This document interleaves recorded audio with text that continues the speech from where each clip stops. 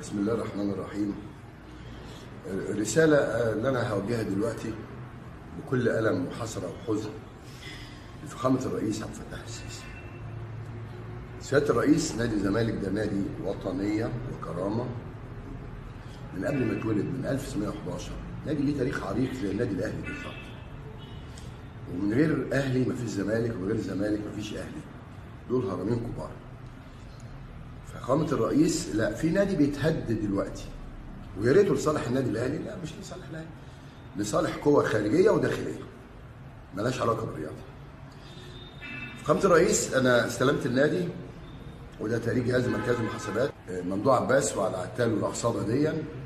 ممدوح عباس اللي سرق اراضي الدوله يا فندم، اللي 18 شركه ما بيدفعش الضرايب، اللي راح سافر المانيا، قابل مع ضابط مخابرات قطري هناك في المانيا اسمه خالد، اللي ابنه ايمن سافر قبرص قابل ابو سنيده ضابط المخابرات القطري عشان يعملوا فيلم جنسي مع اولاد شواذ وينسبوه ليا. التاريخ بيقول انه اهدار المال عام اللي سرقه ممدوح عباس وعصابته في 9 سنين اللي قعدهم 984 على ما اتذكر، يعني مليون جنيه، يعني مليار جنيه.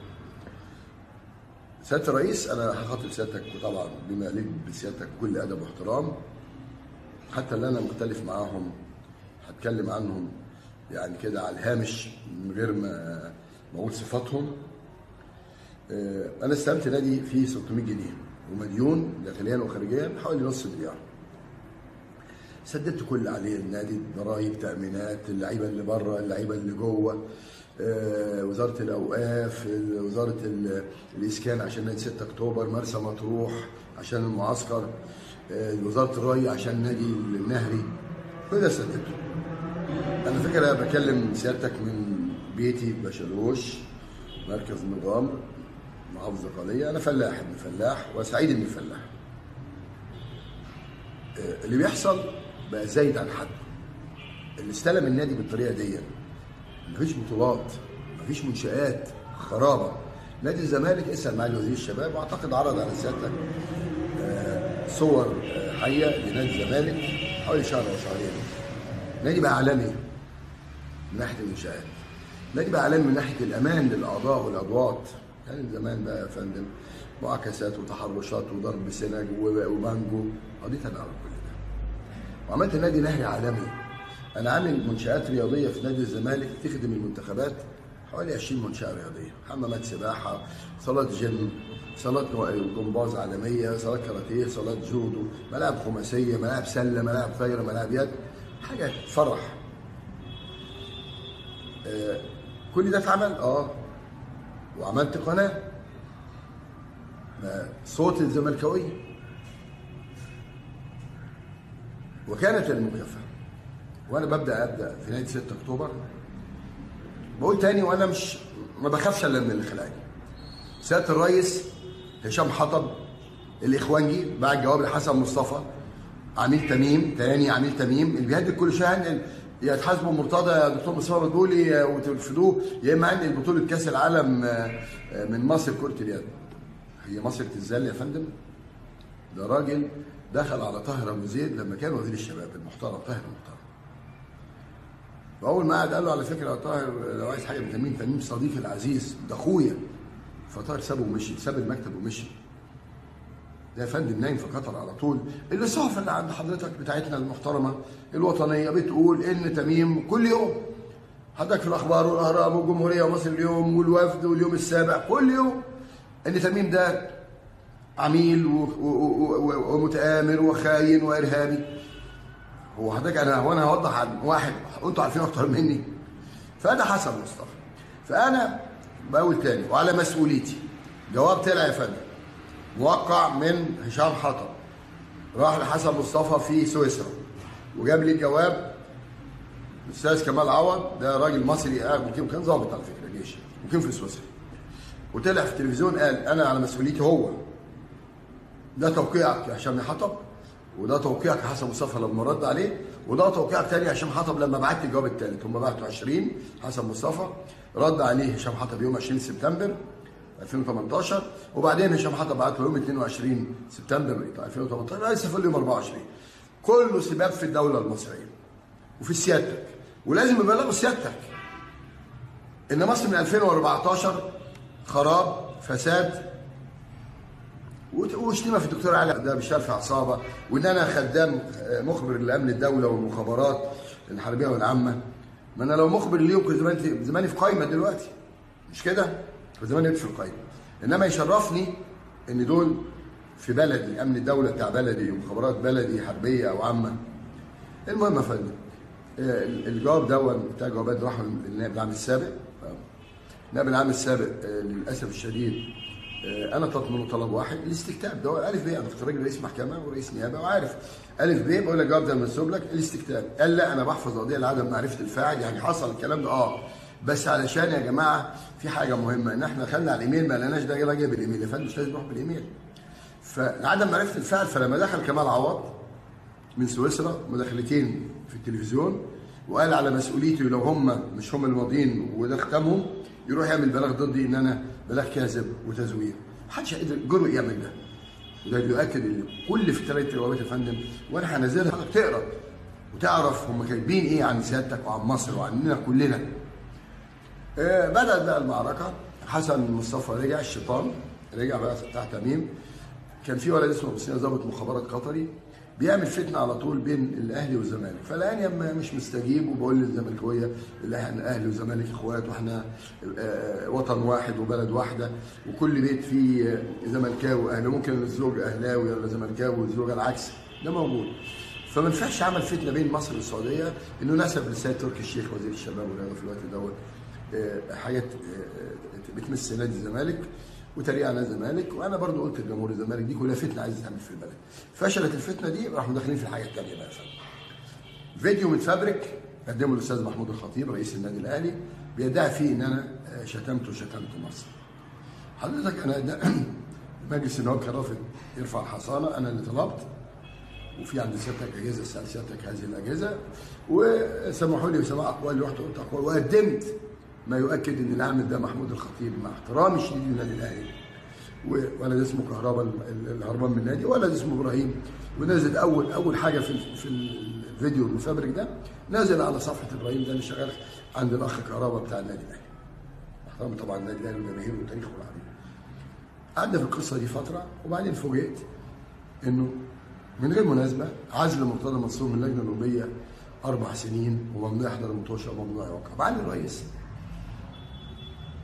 في احكام اداريه عليا والله طالعه وهقولها لسيادتك بتقول انه لا يجوز للجنه الاولمبيه لما وافقتني قبل كده سنتين، من حوالي سنتين برضه عشان الجواب اللي انا كشفتهم فيه دوت، لا يجوز اللجنه الاولمبيه تعاقب مرتضى ولا تعاقب غير مرتضى. اللي عاقب رئيس النادي او مجلس الاداره في الاتحاد او النادي او البرلمانيه او الاولمبيه هم اعضاء الجمعيه العموميه، وده تفخيم وتضخيم لدور الجمعيات العموميه زي ما المسكوا الاولمبياد.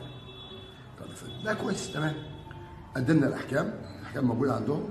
وبعدين مجلس النواب بيان في المجلس في الجلسه العامه لما عملوا القصه دي 2018 معالي رئيس مجلس النواب المحترم قال يا جماعه ما ينفعش حضرتك انت ليك دور فني مالكش دور اداري مالكش دعوه بيه، انت ليك دعوه باللي هم تبعك في اللجنه الاولمبيه في الحاجات المطوشه في المباريات في المسابقات تمام. خد ده كله رماه هشام حطب واداني 4 سنين. طب ايه الجريمه؟ الاساءه الى ممدوح عباس. يا فندم والله بيدفع على عتال، والله يا فندم بيدفع وهسمع مصر كلها. 2 من اصدقاء هشام حطب ولد اسمه احمد سمان والدكتور مصطفى بيقولوا علنا ان هشام حطب قبض بالعتال. علنا يا فندم، يعني مش عارف بقول ده هم بيقولوا لبعض وهم مسجلين لبعض. وبعدين طيب يا اخي هشام حطب انت عندك احكام اداريه عليا من بتاعت المره اللي فاتت لك ممنوع من سلطتك، وعندك القانون بتاع 71/2017 قانون رياضه بيقول لحضرتك برضه مش سلطتك محدده على سبيل الحصر في القانون. طيب حضرتك بعد خلاص عزلتني 4 سنين وفي احكام محكمه اداريه ما احترمتهاش، وفي مجلس النواب بعت جواب رسمي ليك قبل المره دي تاني قال لك يا استاذ عنده حصانه اجرائيه حضرتك استاذن مننا وعايز تساله او تحقق معاه او حتى تديله اعدام استاذن المجلس ولا فوضى، لان معالي النائب العام بنفسه بيستاذن لما يكون في عنده حاجه بتمس عضو مجلس نواب. قال لك لا ما بسالش حد، انا بقى الفتوى. ما ينفعش يا فندم، لانه معتمد على حسن مصطفى اللي هو اسف، وانا قلت كلام على فكره مش اول مره، انهم يشيعوا ان الدكتور مصطفى مدبولي هو هذه الموضوعات كلها، هو اللي بيحرك الحاجات. انا قلت انا مش مصدق، لكن حضرتك لما الموضوعات كلها تيجي ورا بعضها، ايوه انا بيني وبين الدكتور مصطفى مدبولي مشكله مش بتاعت لما انا قلت بين حضرتك، لا ده مشكله من ايام مارينا من 5 سنين لما كان سيادته وزير الاسكان. حضرتك اسال في مسؤولين كبار في اجهزه سياديه محترمين، انا حكيت لهم السبب. ما كانش مش هي القصه دي خالص، لا كان فاروق جعفر معايا واسماعيل يوسف، ومحادثه هاتفيه كان بسبب فريق الزمالك مانعين يخش يقول يجي لي مارينا، وكنت عازمهم على العشاء يوم. وحصل حضرتك اسالهم، انا مش عايز اشهد نفسي الدكتور مصطفى مدبولي دلوقتي، راجل محترم وليه تقدير، لكن اشاعه واللي مش هو اللي انا شايفه قدامي. طب انت عزلتني، واخد ماشي. حضرتك بتبعت لي بيقول لي اساءه، انا بتحدى حدهم كلهم يجيبوا لي مذكره من اللي متقدمه ضدي من عبد الله جورج، اللي 4 جلسات ما حضرش فبقتش عضو مجلس الاداره وعملنا انتخاب وجه احمد علي المكان، او الاخ اللي اسمه ممدوح عباس اللي مشطوب يا فندم ادي قرار شطب هو مجلس الاداره من 2019 اللي هو رافع دعوه بابطال اللائحه، سبحان الله هنتكلم فيها دلوقتي. نمره 3 الاخ العتال ده يا فندم المحكمه نفسها قايله ان ده مزور وابوه مزور وابوه لسه طالع من السجن وترضيه، المحكمه مش انا، ترضينه من النادي هو مش انا. خلاص. نمره 5 هشام نصر علشان موقوف لانه ضرب فرد امن في توه مع حسن مصطفى بقى وحميد، راح ضرب فرد امن عوره، فبعد اذنك الشؤون القانونيه وقفته مش انا، ده برضه انا حد واحد يقول لي انا شتمته، واحد بس هيبقى فضل عمرو الجنايني. حضرتك ترضى ان عمرو الجنايني، انا ما عملتش حاجه لعمرو الجنايني غير ان انا كسبت قضيه ضد البنك اللي هو كان عضو مجلس الاداره اللي هو عضو منتدى البنك التجاري الدولي، 12 محل كان خدهم ايام ما كان عضو مجلس الاداره في نادي الزمالك بملاليم ب 1000 جنيه في السنه، وهو اجرهم يا فندم 70000 في الشهر الواحد.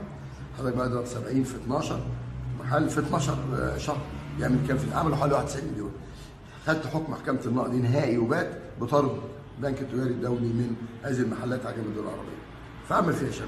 طب يا فندم بيقول لي انا شتمت حضرتك، في فيديو متداول مكالمه بين صحفي اسمه ماجد على ما اتذكر، في حديث صحفي عامله مع عمرو الجنايني. عمرو الجنايني شتم امي بالفاظ بذيئه. انا متاكد ان حضرتك وصل لك ده.